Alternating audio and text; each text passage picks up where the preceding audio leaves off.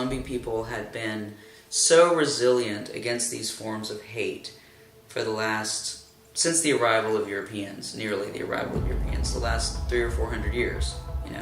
They've managed to survive in their place without going anywhere by asserting their power in these kinds of ways. Then they got a little brazen, and the paper reported that they were coming to Indian country to straighten the Indians out. I think they were so unified in their commitment to say, you will not come into our territory and violently threaten us. You will not come into our territory and threaten our families. You will not come into our territory and try to tell us who we are. Mm-hmm.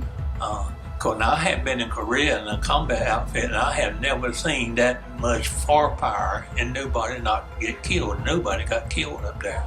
It was nevertheless a kind of forced confrontation where people entered a space that wasn't theirs. And the conversation was, are you going to the rally? And everything, just like they're preparing for a war, And it was serious.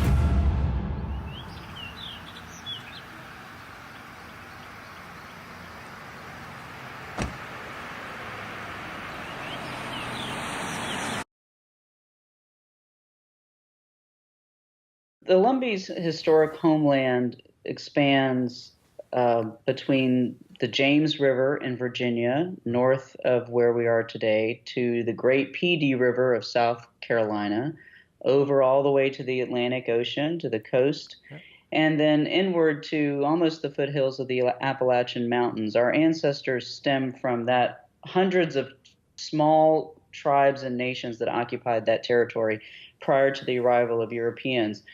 Over time, and with colonialism as the driving force, our ancestors relocated to what is now the territory in southeastern North Carolina, right along the border of South Carolina, where Interstate 95 runs through, a county called Robeson County, which is the most ethnically diverse rural county in the United States and the home of our 55,000 Lumbee Indians. Okay. The tribe has been occupying that specific territory for over 300 years. Wow.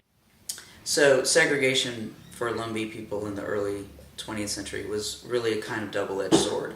On the one hand, you had a great deal of autonomy that was provided by our ability to attend our own schools set aside just for us to attend our own churches that were created by and for us. That system meant that Lumbee people were the first line of defense in control of what their children learned, of the kind of values that their families transmitted. And there wasn't a lot of interference, in one way, from outsiders. On the other hand, though, segregation really meant, philosophically, that Lumbee people had to cede the authority to govern race relations to whites, and specifically to white people who thought they were superior to Lumbee people, and who looked down on us, and who believed that we were members of an inferior race. So when you, it was really a kind of rock and a hard place, or a double bind situation, where your ability to sustain your autonomy was at the expense of your agreement that you were inferior. And that kind of entanglement is something that really influenced the events of that time, and especially how people reacted to them. Now, it was different here in Pembroke. Mm-hmm. Pembroke has always been more aggressive for the Indians. Mm-hmm. But even in Pembroke, we had you had three housing areas, the white and the black and then the Indians. Oh, okay. At the time I was small, I never seen a white person or a black person. We were self-contained. We didn't go out of the community. For the most part, we got along. Now there was a couple of areas in the county, and I guess Red Springs was the worst, very prejudiced. And Lumberton, there was some. We didn't have a whole lot of it in Pembroke, but once you got out of Pembroke, it was noted. It was by the fence. And this little girl, white girl, and she come up there and was trying to talk to Ray, and she was white. And I said, hey. And I was thinking, hey, she not believe he's talking to Indians, so friendly. But she was only about 5. Doesn't understand they're separate. Yeah, I think that was my mom's philosophy, or the one that, you know, her mom, Ma Blas, taught her to, you don't go to the movies because that's just putting yourself in a situation where you'll have to sit in a separate section. You'll have to abide by that treatment to enjoy this piece of entertainment. And then my grandma's line was always, what if Jesus came and found you in a movie house?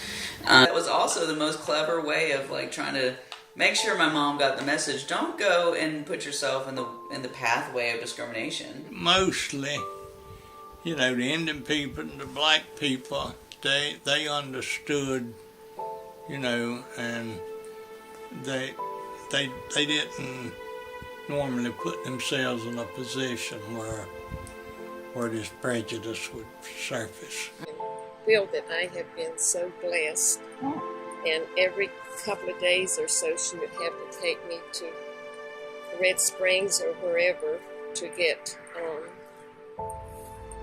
the doctor to put the bandage and everything. And one time my mother said that I saw ice cream and was crying for ice cream, and they could not sell Indians ice cream. White people could do certain things. They could go in these places. I remember I was in Lumberton and was parked on the street there right in front of a drugstore. People was going in there, coming out with cones of ice cream, and it looked so good. And I went and found my dad, and he gave me a dime, and I figured I could get me some ice cream with that. And I trucked in there.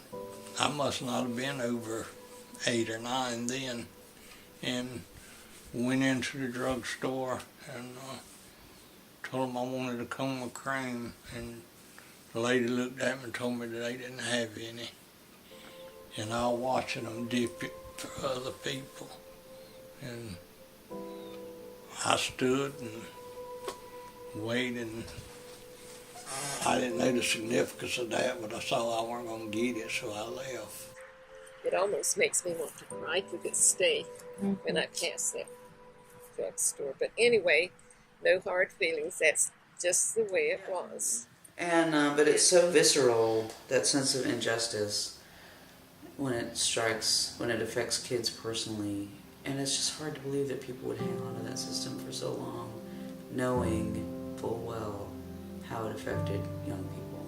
It was the administration building for the town, but on the back there was 3 restrooms, white, Indian, colored, and there was 3 water fountains, white, Indian, colored. You know, you would have to kind of know the climate of this area and really to get a feeling for the KKK at that time. So now we had a lot of prejudice in the county, you know that. The Ku Klux Klan did not have a huge presence in Robeson County leading up to the 1950s. I mean, in North Carolina generally, the 1950s witnessed a huge revival of the Klan. But Robeson County was a place where the racial composition and the power of not just Lumbee people, but also African American people, was such that the Klan didn't find an easy foothold there. You know, whites in Robeson County had a kind of ambivalent relationship to segregation themselves. You know, they knew that they were not going to make money. They're not going to make as much money if they denied access to Indian and black customers and farmers and patrons in general. So in the 1950s, a new Grand Dragon emerged, and his name was James Catfish Cole.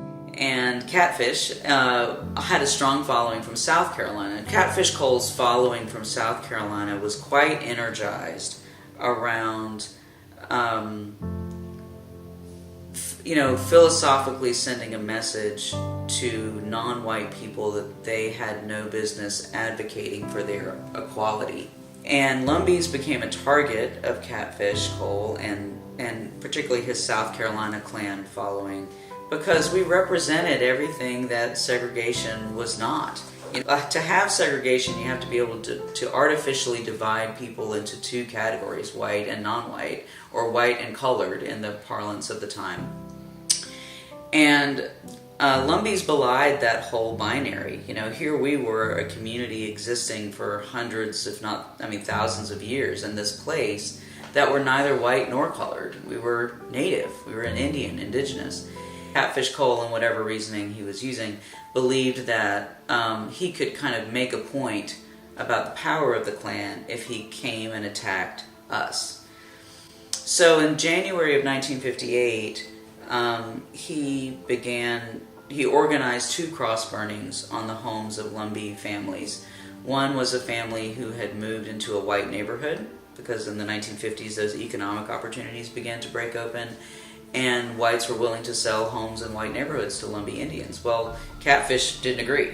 So he decided to burn a cross on the lawn of this family. And can you imagine, stumbling out of your house in the middle of the night with a fire in your front yard, and these people surrounding you, threatening you? Another cross burning that happened in January of 1958 was on the lawn of a Lumbee woman who was dating a white man. Then they got a little brazen, and the paper reported that they were coming to Indian country to straighten the Indians out. But it was reported, and as it was reported, you began to hear among the Indians discontent. They didn't like it. And then they came up, and the paper reported that they were going to have a rally in the heart of Indian country. And I think their desire was to do it right around Pembroke. But he couldn't find a white landowner anywhere around Pembroke that was going to give him the property on which to hold this rally, because everybody in that community knew that going back to the 19th century and even the 18th century, you just don't mess with Lumbees. You just do not expect to enter our territory, certainly with ill will, and get a good reception. He did find some land near Hayes Pond, next to the town of Maxton, basically. That was a few miles, sort of 12 or 15 miles distant from the sort of center of the Lumbee homeland in Pembroke. But they couldn't, nobody would give them permission to be on their land. And then their next choice, I think, was Lumberton, and a little west of Lumberton. They couldn't get that, so they wound up in Maxton. That's how they wound up in Maxton. Well, along with that, people got to talking, and there was a lot of discontent with the Klan. Now, the only thing we knew about the Klan, of course, was in history, in school, and a few instances where in the movie, you'd see pictures of them dressed in those garbs, and so it kind of started building up. So he announced his intentions and the location of the rally. And then the sheriff's department got really concerned. The Robeson County Sheriff actually traveled to South Carolina to Catfish Cole's home and said, "Do not do this. You will they will kill you. They have announced their intention to kill you if you speak at this rally. And we, the Sheriff's Department, are not here to protect you. I suppose the South Carolina contingent was just arrogant enough or foolish enough to believe that this would be a safe thing for them to do. And Catfish himself was, here you had white law enforcement telling Catfish Cole, please don't do this. We won't protect you. We're not here to protect you. We're not here to protect your free speech. We're here to protect our citizens that you are, aggressively threatening. He had world empires behind him, and that's the thing about the Ku Klux Klan, too, in the 1950s. Their membership had grown in North Carolina. There was really nothing about the political climate to indicate that segregation was going to massively break down anytime soon. So they believed, and I think probably Malcolm McLeod, the Robeson County Sheriff, was the first person to indicate to Catfish Cole, like, you don't have the power of the state behind you. But every other, Klan rally in North Carolina, or every other incident in which the Klan wished to intimidate Black or Jewish or Catholic or American Indians, they could feel secure that they had the backing of the state. Just not in this instance. I don't think there was any regular organized effort, but just about everybody in the Indian country just didn't like it. It disturbed them, and they began to complain that if they come, there was going to be trouble. So I went back to the house and stayed around there, and everybody in Pembroke was just all the men folks was going in there, getting loaded up in cars and all, and they were going up to Maxton further. They knew when to go and what to carry. And everybody just made plans. The first thing they'd say, be sure you got your pistol. And if you don't have a pistol, carry your rifle. So I had both. Few instances that you didn't normally see people walking on the street and they had guns. So I had a friend of mine, Earl Ransom and Martin Lowry. They were over at my house. We were just visiting. We're good friends. So we decided we'd get in our car and go up to Maxton too. Growing up, my dad would do hunting. He had a single barrel shotgun. In the late afternoon, you'd see him, he'd grab a handful of shells and put in his pocket, take his gun and leave. When late that afternoon, getting dark, I saw my dad. I saw him get his gun. I saw him get a handful of shells and put in his pocket. And I knew then it was serious. Because every time that I'd ever seen him do that, he was out for business. The night of January 28th, when Catfish had scheduled the rally, about 50 Klan members, mostly from South Carolina, came with him to that field around Hayes Pond. And that night up in Maxton, when the Indian got up there, it for a while were real quiet. And so, but yet everything kind of stayed sort of calm, sort of peaceful, while Catfish, the Klan's cars kind of circled in the field. And there were several cars, I don't know how many, but we pulled up there, and they had a little stage set up there and had a light over it. And when we got there and we parked and we walked in, there was a field road that went in, and it was kind of a little hill, but it was pasture, just level pasture. But about midway that field, at the rise of that little hill, they had, we called it a Kobe wagon. It was a farm wagon. They had that set up and they had a set of steps to it, and they had a podium up there, and there was one single bulb hanging down. But when I got there and saw all of those cars and then walked in there, I would say that that was probably among the largest crowd of people that I'd seen. With the exception of law enforcement, I'd say it was probably 99% Indian.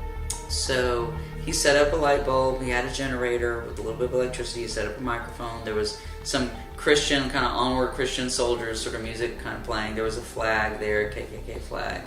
Many Lumbees were already there waiting for them, kind of lining the road actually leading into this field. People were not going to do anything violent until Catfish Cole gave them a reason to. And this stated, articulated threat, as I was told, have been told, is that he was going to get hurt if he spoke at the rally. But none of these guys were in hoods. You know, none of these guys are in these robes and this sort of elaborate costuming that goes along with what we think of when we think of a Klan rally. They were just in their like normal overalls, you know, their everyday clothes. And so that signals the kind of openness with which they felt secure in their position. They didn't have to hide behind anything. There were no disguises necessary. Everybody could know who they were. It wasn't a secret organization. They were very open. But Lumbees kind of remained steady. And the fact that many, many members of this crowd were World War II veterans, I think is really kind of important to remember at this point, right? Because they had been trained in the Army, but also in their home training as hunters, as people who were very familiar with the idea of targeting and waiting and patience while you wait for your target or your enemy to show themselves. Catfish Cole didn't realize what he was up against. It came time for it to start, and you know, nothing happened. Nobody got up there. And so Sanford Locklear, a young man from the Prospect community, and his cousin Neil Lowry, who was also from the Prospect community, approached Catfish Cole, who was sort of arranging his light bulb and his microphone, and asked him not to speak. And Catfish, of course, said, "Well, yes, I am going to speak." And Mr. Sanford said, "No, you're not." And Catfish said, "Well, yes, I am." Both of them had guns, and one of them, I knew it was a .22 rifle. I mean, I'd had enough experience firing to know it was a .22 rifle. That little bulb hanging down, and he walked up and put the barrel of the gun right against the bulb and shot. And of course, when he did knock the bulb out, it went dark. And when it did, everybody got to shooting. But at the moment that Sanford Locklear shoots out the light bulb, that's when this waiting, patient Indian crowd knew what to do. And when they pulled the light down, the gun went off everywhere. And we crawled up I got up under the car. The crowd erupted, and people began firing their own weapons into the air. Because I had been in Korea in a combat outfit, and I had never seen that much firepower and nobody not get killed. Nobody got killed up there.